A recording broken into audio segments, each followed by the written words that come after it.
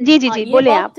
یہ بات بھی میری شاعری میرے خیالات و جذبات کی ترجمانی کرتی ہے. جو عورت کے مسائل ہے، حیرات، سوالات اور جی اعتراضات سے بھری ہوئی میری شاعری تک. اور عورت کی جی پتوں میں کیا کچھ شامل ہے. دکھ، تکلیف، پریشانی، بوجھ اور آہوں سے دبی ہوئی عورت ہے جو کبھی خاموشی سے برداشت کرتی ہے، کبھی اپنے سے باہر ہو جاتی ہے. مجھے لگتا ہے بالکل. عورت اتنی محبت کی مستحق ہے اور اتنی محبت دیتی ہے. تو یہ میری نظموں میں بھی، میری شاعری میں بھی عورت کے مسائل. بہت خوب ہے. اور آپ سے یہ جان کے سن کے تو آپ کی شاعری کی کتاب کو پڑھنے کا ہماری جو پیاس ہے وہ اور بڑھ گئی ہے کہ ہم آپ کو پڑھیں. کہ جی جن کویتا میں، جن گیتوں میں، جن نظموں میں، جن غزلوں میں آپ نے بالخصوص عورتوں کی آواز کو بھی ایک رنگ دیا ہے. اور آپ نے بہت خوبصورت بات کہی کہ عورت بہت کچھ برداشت کرتی ہے، لیکن جب وہ پھٹ پڑتی ہے تو وہ ایک طرح سے والکینو پھٹتا ہے. جی یہ بھی ہوتا ہے. اور غصہ. لیکن ہاں یہ ہے جی، غصہ اور بہت چیزیں جو ہم ضبط کرتے ہیں وہ اگر پھٹ جائے تو بہت مشکل ہو سکتی ہے. اور لیکن جی اچھی بات یہ ہے کہ جو تعلیم سے جڑی ہوئی ہوتی ہیں، علم سے جڑی ہوئی ہوتی ہیں، جو ذہین عورتیں ہوتی ہیں، وہ اپنے غصے جی کو بھی تخلیق میں تبدیل کرتی ہیں. وہ کچھ یہ لکھتی ہیں، وہ کچھ بناتی یہی ہیں. ہوتا ہے. وہ یہی ہاں ہے. وہ کنسٹرکشن کرتی ہیں، وہ ڈسٹرکشن نہیں کرتی ہیں. تو ڈاکٹر ولا جی جمال ایسی ہی خاتونوں کی، ایسے ہی خواتین کی طرف سے نمائندہ بن کے ہمارے بیچ ہیں، جو تخلیق کرتی ہیں. غصے میں آتی ہیں تو بھی ایک نظم لکھ ڈالتی ہیں. تو ہاں کاغذ جب پر غصے لکھی میں ہوں. ہوتی ہے تو ہاں تو غصے میں ہم گلاسیں نہیں توڑتے، ہم غصے میں نظم لکھتے ہیں، غصے میں ہم جی غزلیں لکھتے ہیں. ایک سوال جو تحریک کی اور سے پوچھا گیا ہے کہ کیا مصر میں اردو میں میگزین، رسالے، اخبار جو ہوتے ہیں، ٹی وی پہ پروگرام، ریڈیو پر پروگرام، کیا اردو کی بقا اور ترویج کے لیے یہ سب ہوتا ہے مصر میں، یا آپ اس میں کہیں شامل ہوتی ہیں ایسے پروگرام میں، یا اردو کے اخبار کا یا رسالوں کا کیا وہاں پہ صورتحال ہے؟ دیکھیں، اردو زبان میں اردو زبان کے بارے میں بات کروں گی. مصر میں اردو زبان کی صورتحال کیا ہے، جی جی کہاں جی پڑھائی جاتی ہے. اردو زبان ہندو پاک سے باہر نکلی تو کرۂ ارض کے 5 براعظموں تک پھیل گئی اور جی نئی پستی چلی گئے. جی مصر کی سرزمین اردو کی نئی پستیوں میں. مصر جی میں اردو زبان کی تدریس 50 سال پہلے جاری ہے، اور ہوں مصر کی 7 یونیورسٹیوں میں اردو زبان کی تدریس جاری ہے گریجویشن کی حد تک، اور اردو پڑھانے کا انتظام موجود ہے. علاوہ ازیں ان جامعات میں بھی MA اور PhD کی سطح پر تحقیق کا انتظام بھی موجود ہے. اور ہوں ہم یہاں مصر میں اردو زبان و ادب کے فروغ کے لیے ہم سرگرم ہیں. اور واہ دیکھیں، مصر کی جامعات میں جامعۃ الازہر اور جامعۃ عین شمس انتہائی اہمیت کے حامل ہیں. ان میں ہوں اردو زبان کا ایک علیحدہ شعبہ ہے اردو زبان کے لیے. دیگر جی جامعات میں جیسے قاہرہ، منصورہ، اسکندریہ وغیرہ بھی اردو کی تعلیم و تدریس اور تحقیق کا بندوبست موجود ہے. لیکن فارسی زبان کا ڈپارٹمنٹ کے زیر اہتمام اردو جی بطور دوسری زبان پڑھائی جاتی ہے، اور ریسرچ کرنے والے طلباء کو شعبے کے نام سے MA اور PhD کی ڈگریاں دی جاتی ہے. جی ہمارے ہاں عین شمس یونیورسٹی میں پہلے سال میں طالب علم صرف اردو قواعد پڑھتا ہے. پھر دوسرے سال سے 4 سال تک وہ تاریخ، شاعری، نثر، ادب، ترجمہ عربی سے اردو میں اور اس کے برعکس جی پڑھتا ہے. 4 سال کے دوران وہ اردو زبان و ادب کی تاریخ کے متعلق سب کچھ جانتا ہے. بر صغیر کے تمام سیاسی، تہذیبی اور معاشرتی پہلوؤں سے متعارف ہوتا ہے. پھر ہوں بھی ہماری ہاں ترجمے کی طرف ہماری توجہ زیادہ اس لیے اہم ہے کیونکہ ہوں جیسے میں نے کہا پہلے کہ مختلف اقوام کے درمیان یہ بہت اہم بات ہے. اور ہمارے اسٹوڈنٹ یہاں کی تعداد بہت زیادہ ہر سال تقریباً 100 طالب علم داخلہ لیتے ہیں ہندوستان. ہماری ڈپارٹمنٹ میں عین شمس یونیورسٹی میں ہندوستان سے 2 ہندی پروفیسر بھی موجود ہیں زبان سیکھنے کے لیے تاکہ روانی ہوتی ہے. اور آج کل 3000 طالب علم کے قریب اردو پڑھتے ہیں. پی ایچ ڈی اور MA کے اسکالرشپ کی تعداد بہت کم ہے کیونکہ روزگار کی مواقع بہت کم ہے, کام نہیں ملتے اردو زبان سے. یہ بہت بڑا مسئلہ ہے. بس مصر میں یونیورسٹیوں کے علاوہ اردو اساتذہ یہاں پہ بہت سے سینٹرز اردو زبان سکھانے کے لیے پاکستانی سفارت خانے میں اور انڈین کلچر سینٹر بھی اردو کورسز موجود ہیں یہاں مصر میں. بس سب سے اہم بات کہ یہاں اردو ادب کا تحقیقی و تنقیدی کام بے حد مددگار ثابت ہوتا ہے. بین الاقوامی سطح پر اردو اسکالرز اپنی تمام ثقافتی اور لسانی شناخت کے ساتھ دوسری قوموں کے درمیان ایک طرح سے رابطے کی شکل میں موجود ہے. یہ بہت بڑی اہم بات ہے. اور دیکھیں جو تخلیقات اور تصنیفات کے متعلق آپ کا سوال, اردو زبان میں ادب سے متعلق بہت سے تصنیفات ہیں جو جیسے میں نے کہا عربوں کے لیے بہت مفید ہے, اس لیے ہمارا ارتکاز ترجمہ پر ہے. بس اور لوگ یہاں اردو زبان سیکھنا چاہتے ہیں کیونکہ وہ ہمیشہ دیکھتے ہیں انڈین ڈرامہ اور سنیما کے فلموں کا اور اثر گانے بہت ہے. بالکل. ہاں لوگوں یہاں لوگوں کی ثقافتوں پر یہاں. اور بس جو پیش کیے جا رہے ہیں فلموں میں بھی تقریباً دنیا کے مسائل سے واقف ہوتے ہیں, اس لیے اس کا چرچا ہو رہا ہے عرب ممالک اور مصر میں بھی. یہ اسباب کی وجہ سے ہم اردو زبان کو سیکھتے ہیں یہاں. اور سب سے اہم بات کہ اردو زبان میں اسلامی ورثے کے ذخیرے سے واقف ہونا ہے. یہ بہت ہی اہم بات تھی. ادبی اور غیر ادبی کاموں کا ترجمہ کرنا اردو سے عربی میں بھی بہت ضروری ہے. بس افسوس ہے کہ مصر میں موجودہ وقت اردو زبان کے لیے کام کے لیے یعنی زیادہ مواقع میسر نہیں ہے. لیکن وہ پڑھتے ہیں, سیکھتے ہیں, اور جو طالب علم اردو زبان میں ماہر ہوتا ہے تو کام ملتا ہے. کیا بات ہے, واہ. اور وہ ہر کوئی چاہے وہ چھوٹا ہے, بڑا ہے, اعلیٰ ہے, ادنا ہے, جو بھی اردو کی بقا و ترویج کے لیے مصر میں کام کر رہا ہے, ان سب کو ہم تحریک بقائے اردو کی اور سے سلام بھیجنا چاہتے ہیں, شکریہ ادا کرنا چاہتے ہیں. بہت شکریہ. اور ڈاکٹر ولا جمال صاحبہ جو مادری زبان عربی ہونے کے باوجود اردو کی اہمیت, اردو کی مٹھاس سے وابستہ ہیں, اور نہ صرف سیکھا بلکہ اب خود سکھا رہی ہیں as a teacher, as a associate professor.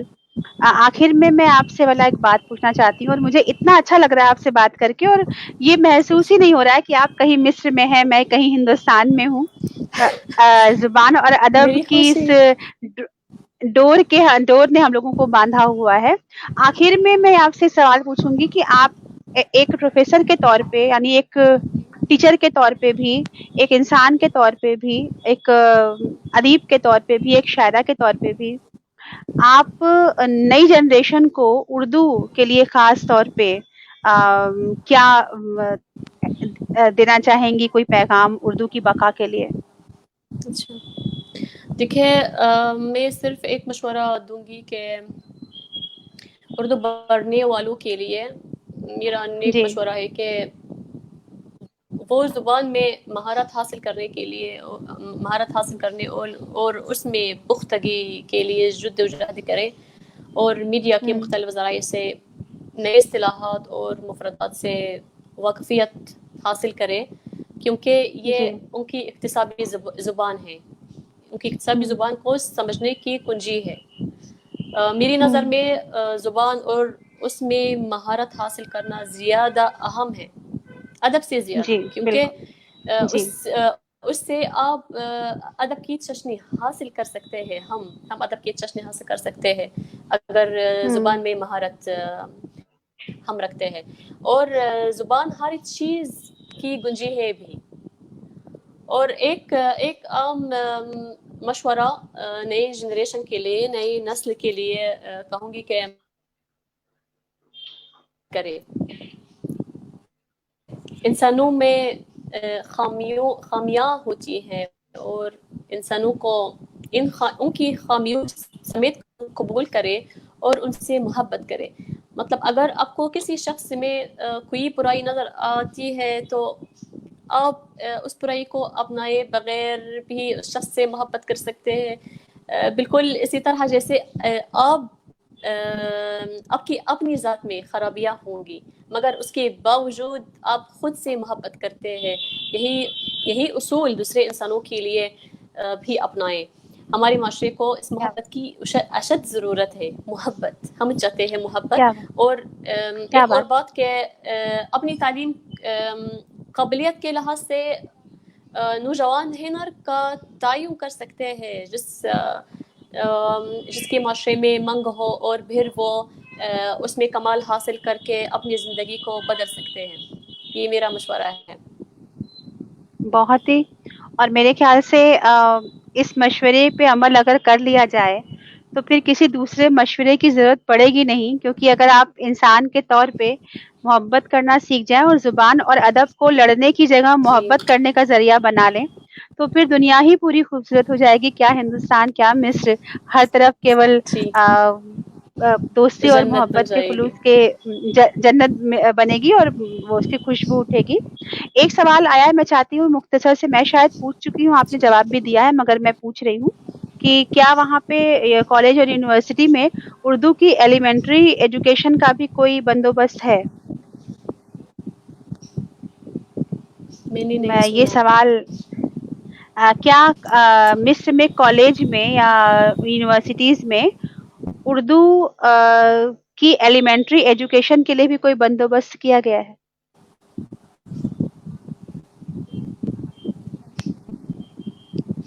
نہیں سنا. سوال کیا تھا؟ جی میں سمجھ رہی ہوں. وہاں آواز, آپ کو میری ابھی آواز آئی؟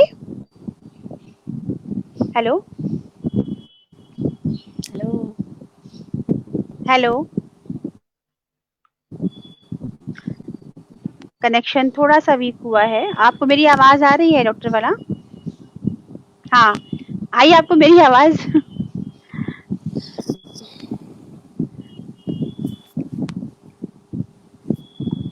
ہیلو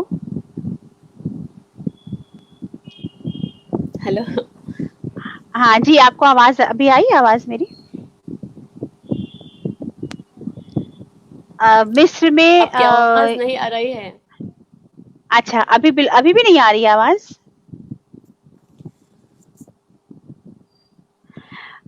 اگر آپ کو آواز میری بالکل بھی نہیں آ رہی ہے تو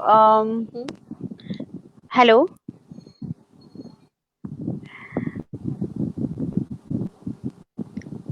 میری خیال سے ہم لوگوں کو مجھے تو نہیں سنائی, تبلیغ کا مجھے مسئلہ. مجھے آواز آ رہی ہے ڈاکٹر والا کی, شاید میری آواز ان کی طرف نہیں جا رہی ہے اور کچھ ضروری چیزیں باقی رہ گئی ہیں ان سے پوچھنا. تو میں چاہوں گی کہ کنیکشن ٹھیک ہی ہو جائے.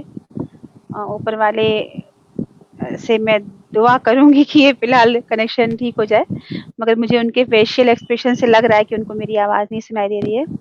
تو کنٹرول روم سے میں گزارش کروں گی اگر کوئی میسج وہ بھیج سکتی ہیں ادھر کہ وہ ایگزٹ کر کے واپس ان کر سکے اگر پاسبل ہے تو, یا ان کو اسٹریم سے باہر کر کے واپس اندر لیا جائے. ہیلو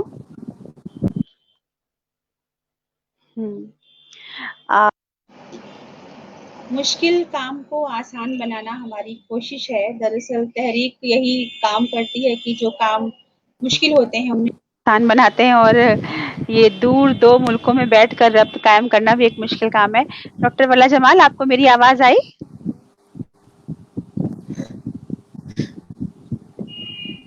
ابھی آپ کو میری آواز آئی؟ آ رہی ہے لیکن ٹھیک نہیں.